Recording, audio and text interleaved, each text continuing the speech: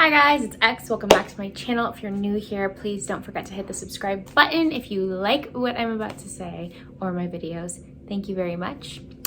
On today's video, I'm going to talk about why I became an NP. Well, more like I became an NP for the wrong reasons, and just mistakes that I wish I would have known prior to me even applying to NP school, and why I feel like they're mistakes, and basically things that I hope you do not become an NP for.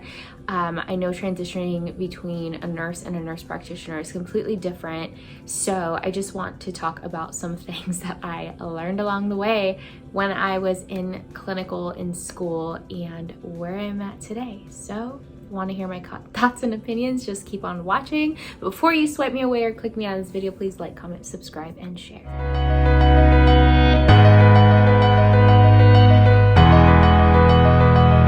First thing I'm going to talk about that is pretty silly is my white coat. I really wanted a white coat. I was so excited to purchase my first white coat from the company Janu. I believe that's how you pronounce it. It was so pretty, it was so sleek, it had all these pockets. I just could not wait to see my name on my white coat and just feel like a sense of accomplishment while wearing it. Then I quickly realized how much I actually hated wearing that white coat and how, first clinical experience. I was at a really prestigious hospital, probably one of the most well-known hospitals out there. I won't say the name. However, when I wore my white coat, I noticed that people just treated me so differently. They stepped out of my way. They were very polite. They were kind. They were like, oh, sorry, like as they walked by me. They were very much nicer to me than when I was just in my regular nursing outfit. And I just found it a little hilarious. But then I went to another facility, a county hospital that I love. And my first day, I wore my white coat because that's what I thought I was supposed to do. This facility, actually, none of the doctors wear their white coat, so I felt totally out of place. I felt like I was kind of rubbing it in people's faces, like people were looking at me like, who is this girl? Is she somebody important? Like totally different perspective and like treatment than my first encounter at this big prestigious hospital, which I kind of thought was funny. But then I ended up realizing that I actually hate wearing my white coat. I don't like it. And the reason why is because patients feel, I want to say, a little bit intimidated by the white coat. Actually, some of them feel in awe of your presence. They're like, oh my God, this person has a white coat. And then I have to explain myself that I'm a nurse practitioner student at this time, not a doctor. And when I didn't have questions, like when I didn't have answers to questions that nurses were asking me, they'd actually like look me up and down and be like, how do you not know this? And it wasn't that I didn't know, it's just I have to ask, like for instance, somebody wanted to know for this patient that had COPD, what our pulse ox goals were. Well, in my experience as a nurse, anyone with COPD, most doctors like 88% and above. Well, the particular set of doctors that I was working with did not like 88% and above. They liked 90 to 92% or more. 88 was just absolutely out of the question. So when I told the nurse I will come back with these parameters, I'll put the order in, the nurse kind of gave me attitude and was like, how do you not know this? You're part of the pulmonary group. And I was like, wow, okay, take a step back. We are all learning here and I'm not licensed. I cannot make these decisions yet by myself. If it were up to me, 88% above would be appropriate for this type of patient. But since I am not the provider, I am just a student here, I need to make sure I connect with this doctor first before going and setting my own parameter. So needless to say, the white coat was just something that I strived for. Later it fizzled out and I just didn't care about it anymore. Next topic. The reason why I even thought about going to school to become a nurse practitioner was when I first entered nursing school back in 2014. I thought to myself, like, oh, I could be an NP because that's just like being a doctor without the doctor title. I don't have to go to school, blah, blah. And then I heard that the state of California was going to make entry-level NP position a DNP. And I'm like, not going to happen, not going to do it.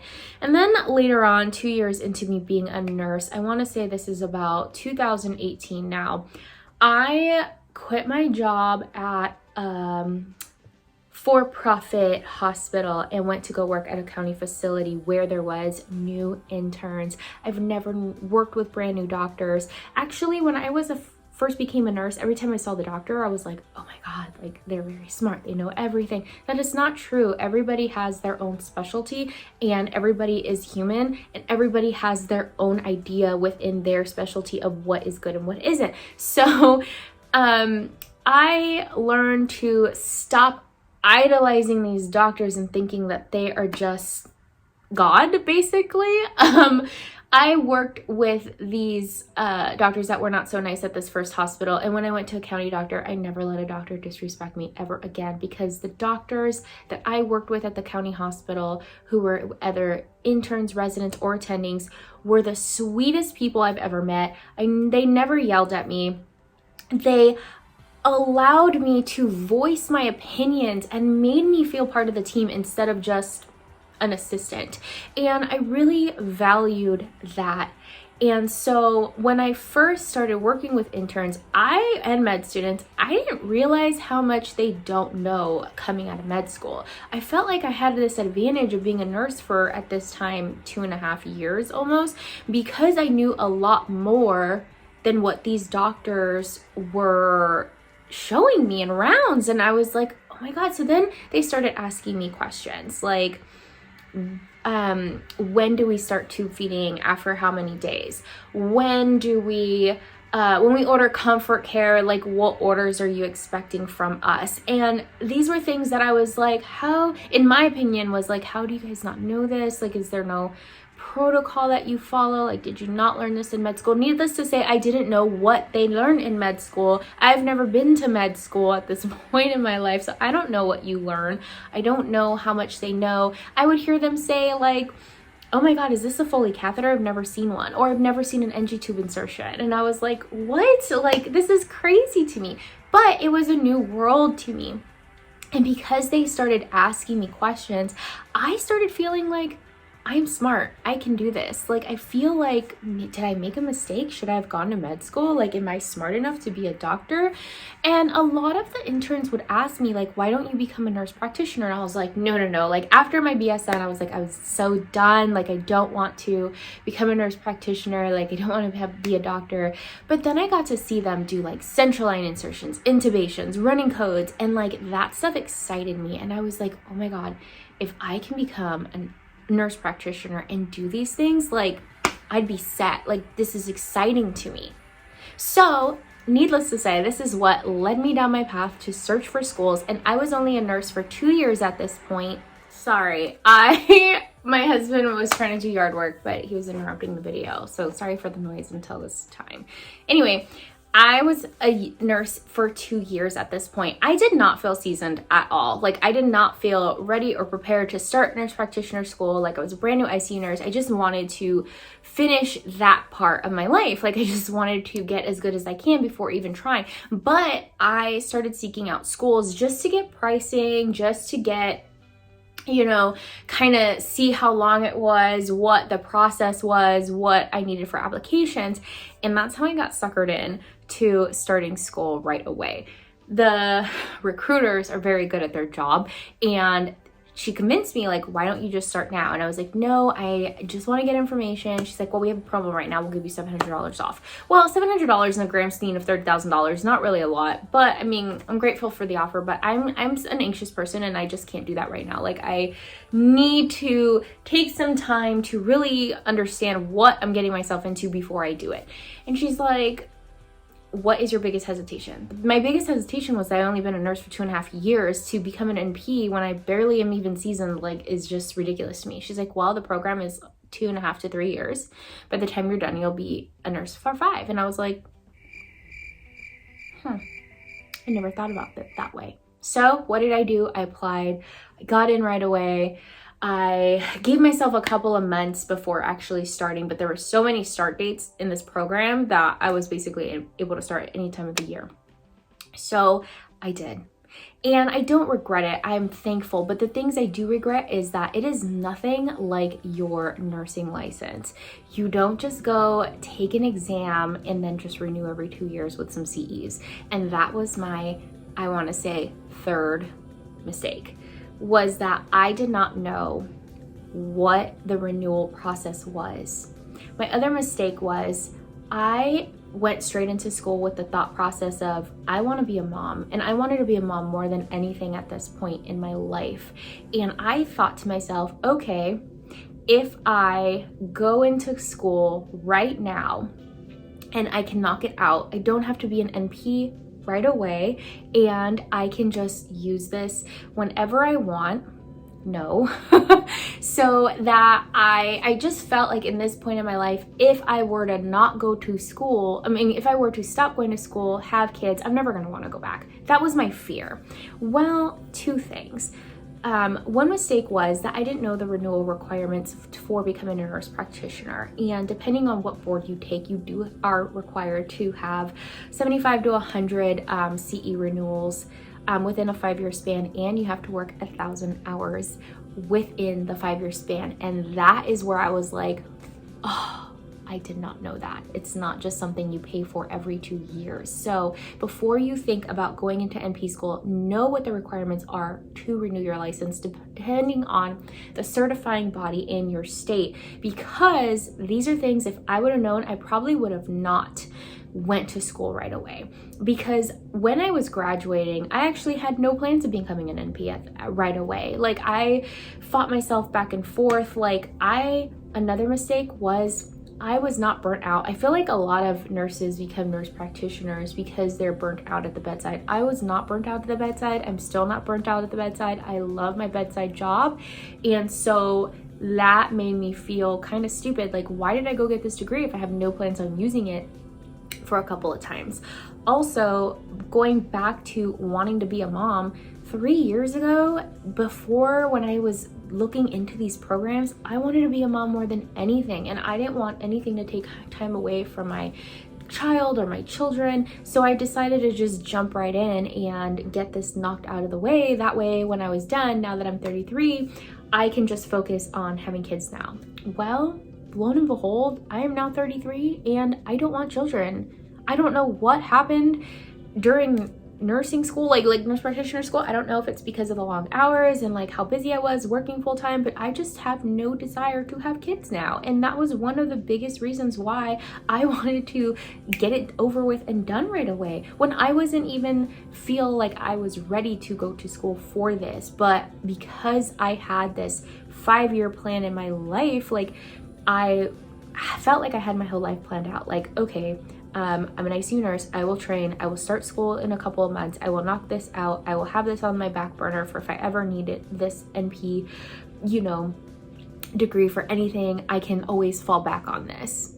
This is not something you should have on your back burner to fall back on. And now, 3 years later, my life and mindset has completely changed. Children are not even in the vicinity of what I want right now. So I don't know, like, I make sure the reasons you go to school are actual reasons why you want to be an NP. The next thing, going back to the procedures, I wanted to intubate, place lines, and do all these procedures that I was so excited about, which I did get to do a couple of them in school, so I was excited about that. But what I love about my job as a bedside nurse is the amount of time that I get to know my patients. I felt like I was so smart at the bedside that I was like picking up on diagnosis and like pointing things out to the doctors, and I just felt like an intelligent, smart nurse, and I felt like, okay, I'm smart enough to be a writer. Then I realized that the reason why is because I spend 12 hours at the bedside seeing things that the doctors aren't going to see in the 20-30 minutes that they are with a patient. So then when I actually got to clinical, I fought with myself because I hated it. I did a nephrology rotation for my first rotation, and I loved the doctor. He was awesome. Like, learning about the kidney and like dialysis and all that was pretty cool. It was something that I didn't really know too much about, so I loved it. However, I did not like having to go see a patient for 5 minutes, review the chart, and then write notes and orders all day. That was just not something that fulfilled me. That is not something that I was in the right mindset for, because of the fact that I love being with my patient and like getting to know them and helping them out, and I wasn't getting that anymore. And I really struggled in the beginning of my clinical, like, is this truly what I want to do? Because this is not something that appeals to me. I went to go interview a patient because she was a new consult and she needed help with her food, like setting up her tray. And that was the highlight of my day, was helping her set up with the tray. And I was like, at first, this is not for me. Like, this is something that I'll probably do when I'm burnt out at the bedside. But right now, if this is the highlight of my day and going and writing notes all day is feeling miserable to me, like, is this really something I want to do? So I would suggest, before you apply, really know what you like. I recently had a friend, I'm not going to say her name, who has never had experience at the bedside or experience in the field she wanted to go into, but she asked me for some advice on what she can do for the interview, because she wanted to do psych NP, and it was something she was really interested in. And I've known this girl since nursing school, and I know how much she wanted to do this, and I know how much she like has a passion for this, but she had no experience. So when she reached out to me to ask me, like, what kind of questions do you have to get into NP school? Like, what are they going to ask me? I was like, do you not have experience? Have you ever even worked in this? Like, if you don't, that was my biggest mistake. And that's all I'm just trying to prevent you from doing, is making the mistake of going into the school, getting this knowledge, and then coming out and not even liking the job. So I was like, I know that nurse practitioner and being a nurse is two different things, but maybe you should at least go and be a bedside nurse at a psych facility before you apply to be an NP. Get your experience, know the drugs, see if this is even something that you would like. And that was my number one defining moment on why I switched from FNP to acute care. Another mistake that I made was I thought I was doing the right thing by asking all the NPs that I worked with in this county hospital, like, what degree do you have? What do you recommend? Everyone recommended me getting my FNP. The FNP that I did interview, that I asked, like, what should I do, told me the only thing I wish I did was do the acute care route, because I didn't learn procedures. And I was like, oh, okay. And I thought at this time, like, I could be an FNP and work anywhere. That's not true. That is a myth. And depending on your state law, that's why there is an acute care route. So I thought about this, back to my wanting to be a mom, like, well, if I'm an FNP, I'll work 9 to 5 and I can be with my kids, opposed to being acute care where you do like 7 on, 7 off. When am I going to see my kids? And so I had to really think to myself what route I wanted and why. And then when I found out the laws, I really had to fight with myself. I couldn't sleep, and I thought to myself, if I wanted to work in primary care, I would, and I don't right now as a nurse. I'm in an acute care setting. I love the ICU. This is how I'm gonna choose what route to take. So I was like, you know what? I'm calling my school. I'm making this decision. I'm going to do acute care route, and I am thankful that I did, because even though the schedule is not something that I would want, the acute care route is my passion. Like, my second and third clinical experience was in trauma, surgical ICU, and pulmonary, and that is everything that I've always wanted to do, and I loved it. And even though I still like wanted time at the bedside with my patient, like, being in trauma is my dream. That is actually where this all began. I was in the #1 trauma hospital in the world, watching these brand new doctors learn, and I was so fascinated with this like really well-known doctor in trauma, and watching him teach these new interns and these doctors was just so fascinating to me. And I was like, there's no question. If I'm going to be a nurse practitioner, it is going to be in trauma, surgical ICU, and I'm still waiting on an offer from this hospital. So we'll see how it goes. But anyway, let's kind of recap the mistakes I made. Went in too soon, not knowing what the renewal requirements are, picking a specialty based off what others thought, basing my NP goals off my current situation, meaning like at that time I really wanted children, and now years later I don't, and that changed things. Another one is having people pressure you to go to school too soon. I don't regret going to school. I'm glad I did it. I'm excited. I'm proud of myself that I have this degree, but I wish I would have waited. I wish I would have waited a little bit longer. I wish I wouldn't have been in a rush to go to school and get this done just because I thought I want to be a mom. I want to knock this out of my way. I want, to just have this in the back burner. Like, no, how am I expecting to get a job when I had my degree for 5 years or license for 5 years and then never did anything with it? Like, how am I going to find a job in 5 years? Just things to think about. Anyway, thank you guys so much for watching and for being with me today. See you on the next video. Bye.